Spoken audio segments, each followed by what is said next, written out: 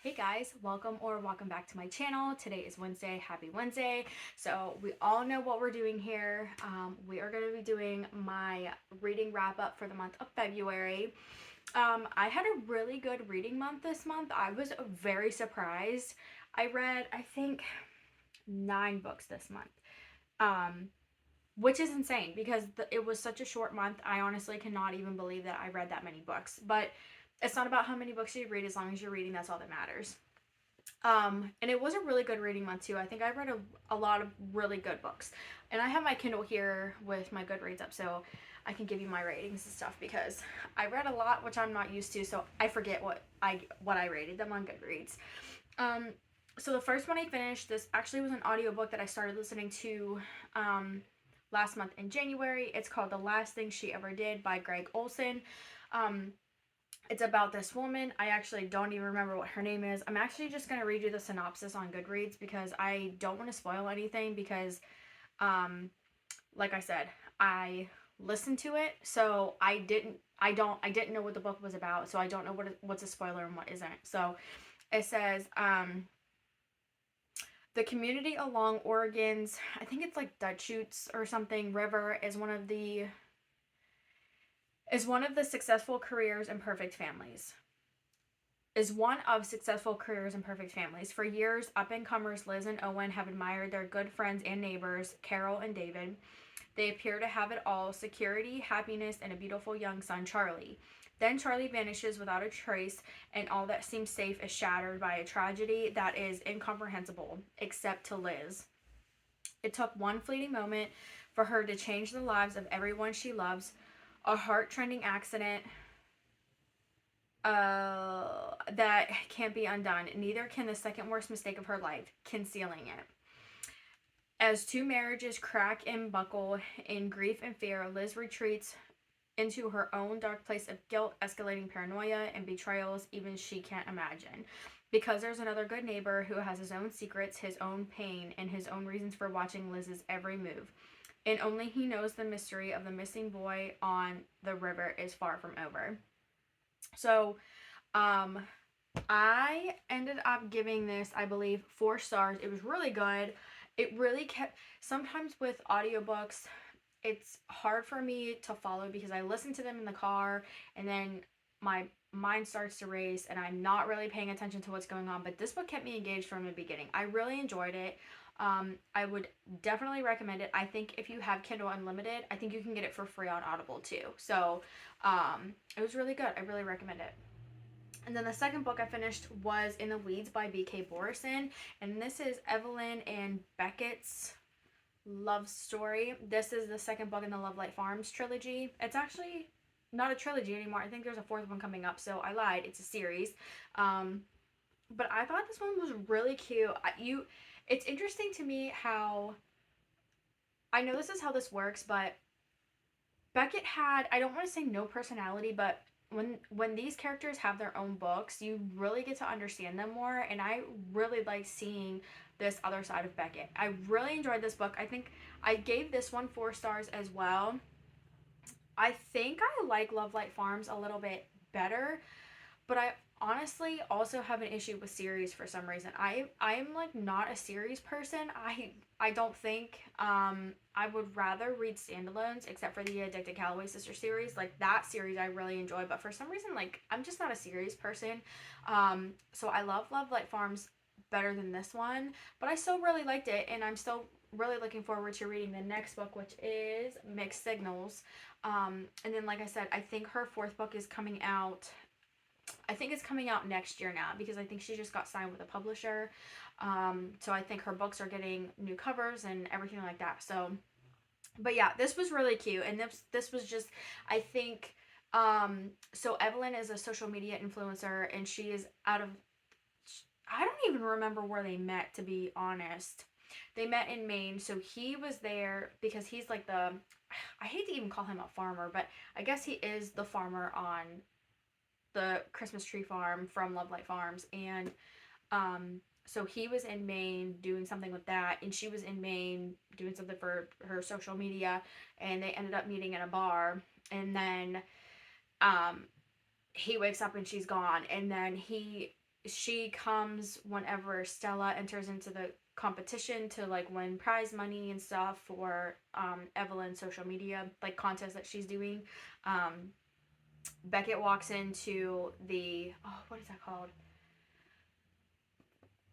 Not the bakery. I guess it's their little restaurant that they have on Love Light Farms, and Evelyn is sitting there with Stella. So it was just like super cute. You're just getting to see like it kind of gives you a little bit of background at the beginning, but they also pick up like right where they meet again at Love Light Farms, and I really appreciated that because I didn't want it to be like now what like I don't know.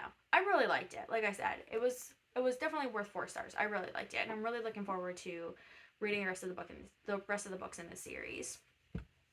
And then the next book I read was I'm Glad My Mom Died by Jennette McCurdy. I actually I listened to the audiobook, but I also tandem read it because she narrates the audiobook, and so I put the audiobook on hold through my Libby app, and it became available like I think right before the beginning of February. So of course I had to listen to it, and it blew me away. I kind of feel a little bit weird about giving a star rating to memoirs, but I did I did this month. I gave this 5 stars, and it just kept me so engaged. She was just her writing is just beautiful, and it has nothing to do with things that she went through in her life. That's not what I'm rating. It's how the writing is.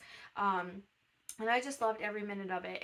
It's so interesting to see why she went into acting, and she talks about the abuse that she dealt with her mom growing up and everything like that. And it's a very, very, very heart-wrenching but also beautiful story. So if you haven't picked this up yet, please go read it because it was so good. Like I said, I gave it 5 stars. And then the next one I read was X's and O's by Amy Lee. And this is actually the first book that I tabbed. And I decided to tab it. I bought these tabs actually for November 9 by Colleen Hoover because I absolutely freaking love that book. I'm already planning on rereading it, and I just read it in January. But I had these tabs, and there was the first sentence that I tabbed has to do with books. Okay, let me just tell you what this book is about. So this book is about Tara moves into this apartment with her sister's fiance's old roommate because he's moving out in with her sister. And so she's moving in with his old roommate, and his name is Trevor. And she's a nurse, but she also does like Instagram and booktube and stuff like that, which is interesting because you like get to read about like her videos and stuff. And there's a Valentine's Day gala at the hospital that she works for, and she needs somebody to take to the gala. So she starts doing this thing on her YouTube channel where she's going to reach out to 10 of her exes to figure out why they broke up, if they could potentially be her date to this gala. And Trevor is kind of like helping her out a little bit, and it's a romance novel. I'm sure you guys can read between the lines, but it was so super cute. I really loved it. There was like a chunk in the middle where I didn't really care for it that much, so I did only give it 4 stars, I believe. But it was super cute. Like the beginning was very good and very engaging, and then the end of it was very good and very engaging. It was just like the middle, like I didn't really care for the middle. I was kind of just like skimming lines and like not really like paying that much of attention, but it is what it is. But it's still a really good book. I still highly, highly, highly recommend this. Like I said, I gave it 4 stars. And then I actually skipped one. I forgot I read Christmas in Quincy by Devney Perry, and this is the prequel novella to the Eden series.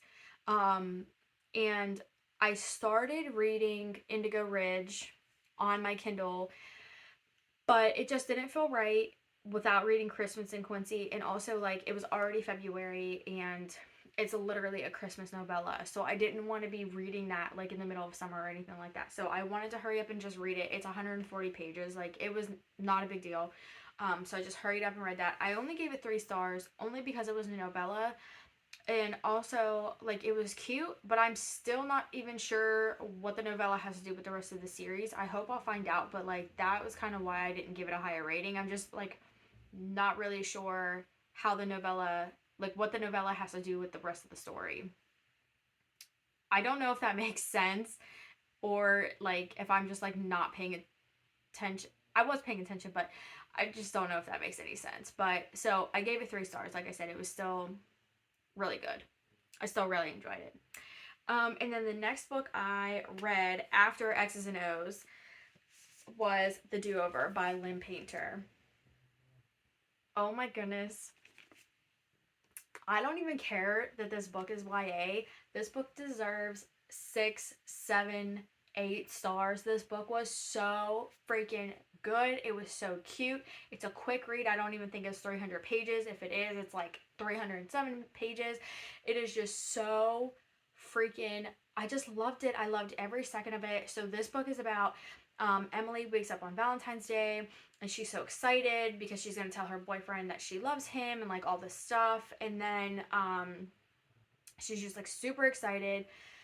She ends up just having like the worst day. This is not a spoiler, but she catches her boyfriend cheating on her with his ex-girlfriend, and it's just the worst day of her life. So she goes to bed and she wakes up the next day and realizes it's Valentine's Day again. And so she is constantly reliving Valentine's Day over and over. She's trying eventually to change little things to see how to get out of this loop. But the one thing that continues to remain constant is she keeps literally running into this guy, Nick, who's in her, I think he's in her grade. I know he's in her science class. He sits right next to her. And so, like, it's just kind of, I mean, he's the love interest, so like it's kind of like their story, but it is just so, it's so cute. I just loved it so much. I don't even care that it's YA. It deserves every bit of the 5 stars that I gave it. I loved it so much. It was just, I don't know, I ate it up. It was just so easy to read. Just loved the whole thing. She also wrote Better Than the Movies, which I like this better than the movies, but I feel like when I read Better Than the Movies, I was kind of like in a weird place, so I kind of want to give it another try and see if I like it better, but I don't know. I highly recommend. It was adorable. I loved it.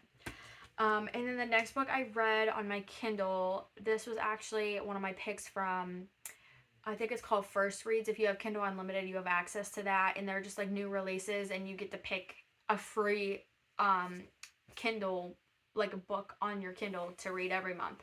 And so I've had this book literally for so long, and I just decided to read it because my friend read it and she said it was really good, so I decided to pick it up. And it's called The Quarry Girls, and I'm going to read you the description because I feel like it does a better job of explaining what the book is about than I would without spoilers. I have a really hard time with that. I never want to spoil anything for you guys. So it says, Minnesota, 1977. For the teens of one close-knit community, summer means late-night swimming parties at the quarry, the county fair, and venturing into the tunnels beneath the city. But for two best friends, it's not all fun and games.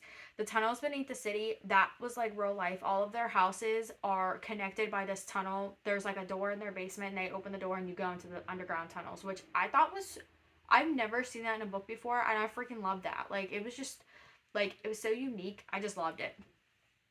Anyway, to continue, it says Heather and Brenda have a secret, something they saw in the dark, something they can't forget. They've decided to never tell a soul, but their vow is tested when their friend disappears, the second girl to vanish in a week, and yet the authorities are reluctant to investigate.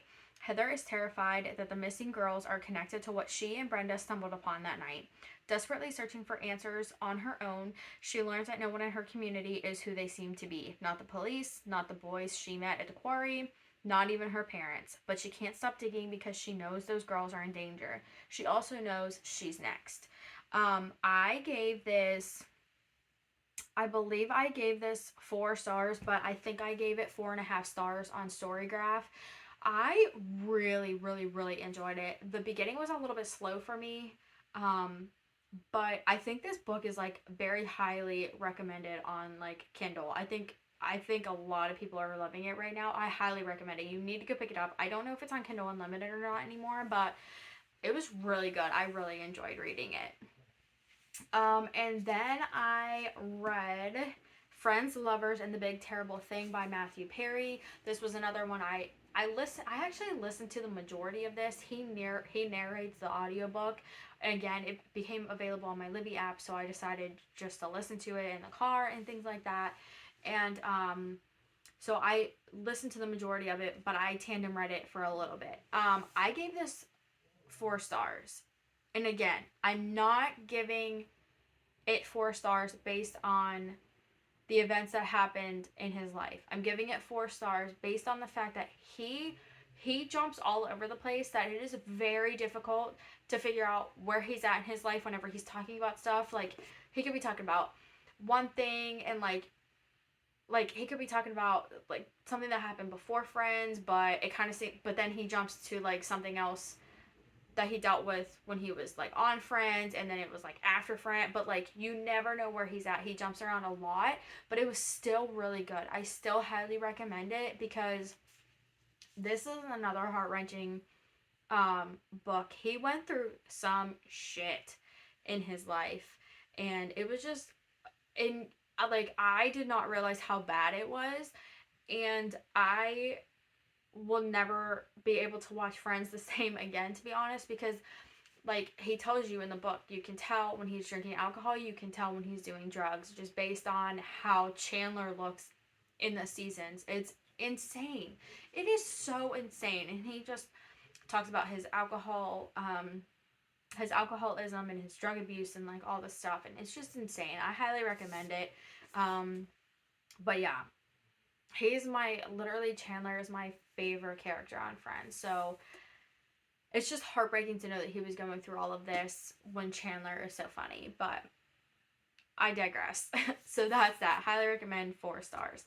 And then the last book I finished for the month I read on my Kindle was Indigo Ridge by Devney Perry. I absolutely freaking love this book. I don't know how I didn't pick the series up sooner. I loved it so much. This is about, I actually don't even remember their names. I don't know how this keeps happening.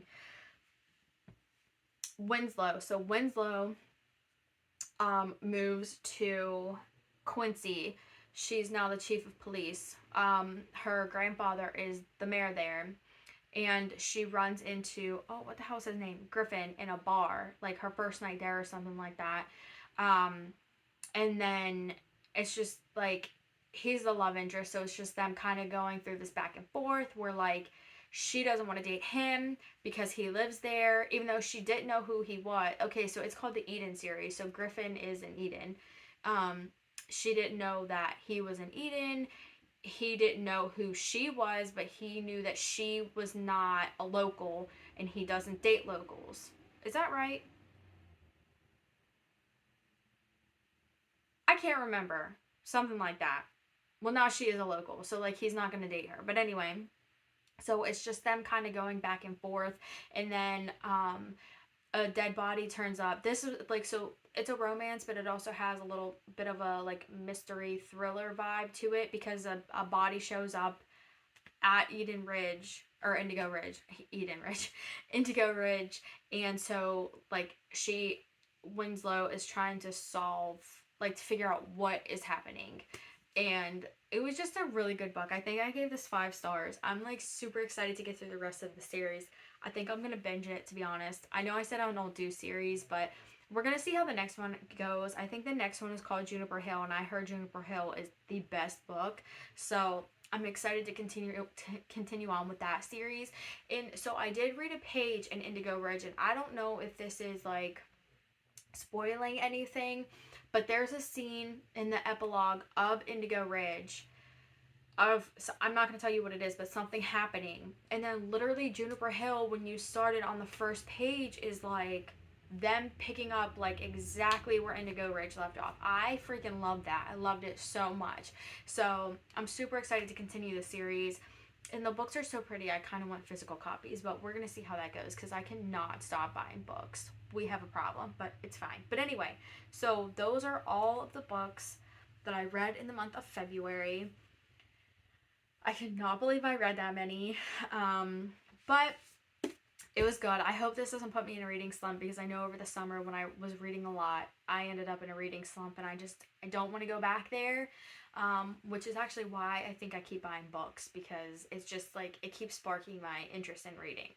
I know that doesn't make any sense, but it makes sense up here. But anyway, but comment down below if you read any of these books and how you like them. Let me know what you read in the month of February, and I will be seeing you guys very shortly. I'm probably going to end up posting my March TBR within the next couple of days, I would say, or at least early next week. But until then, I will see you guys very, very soon.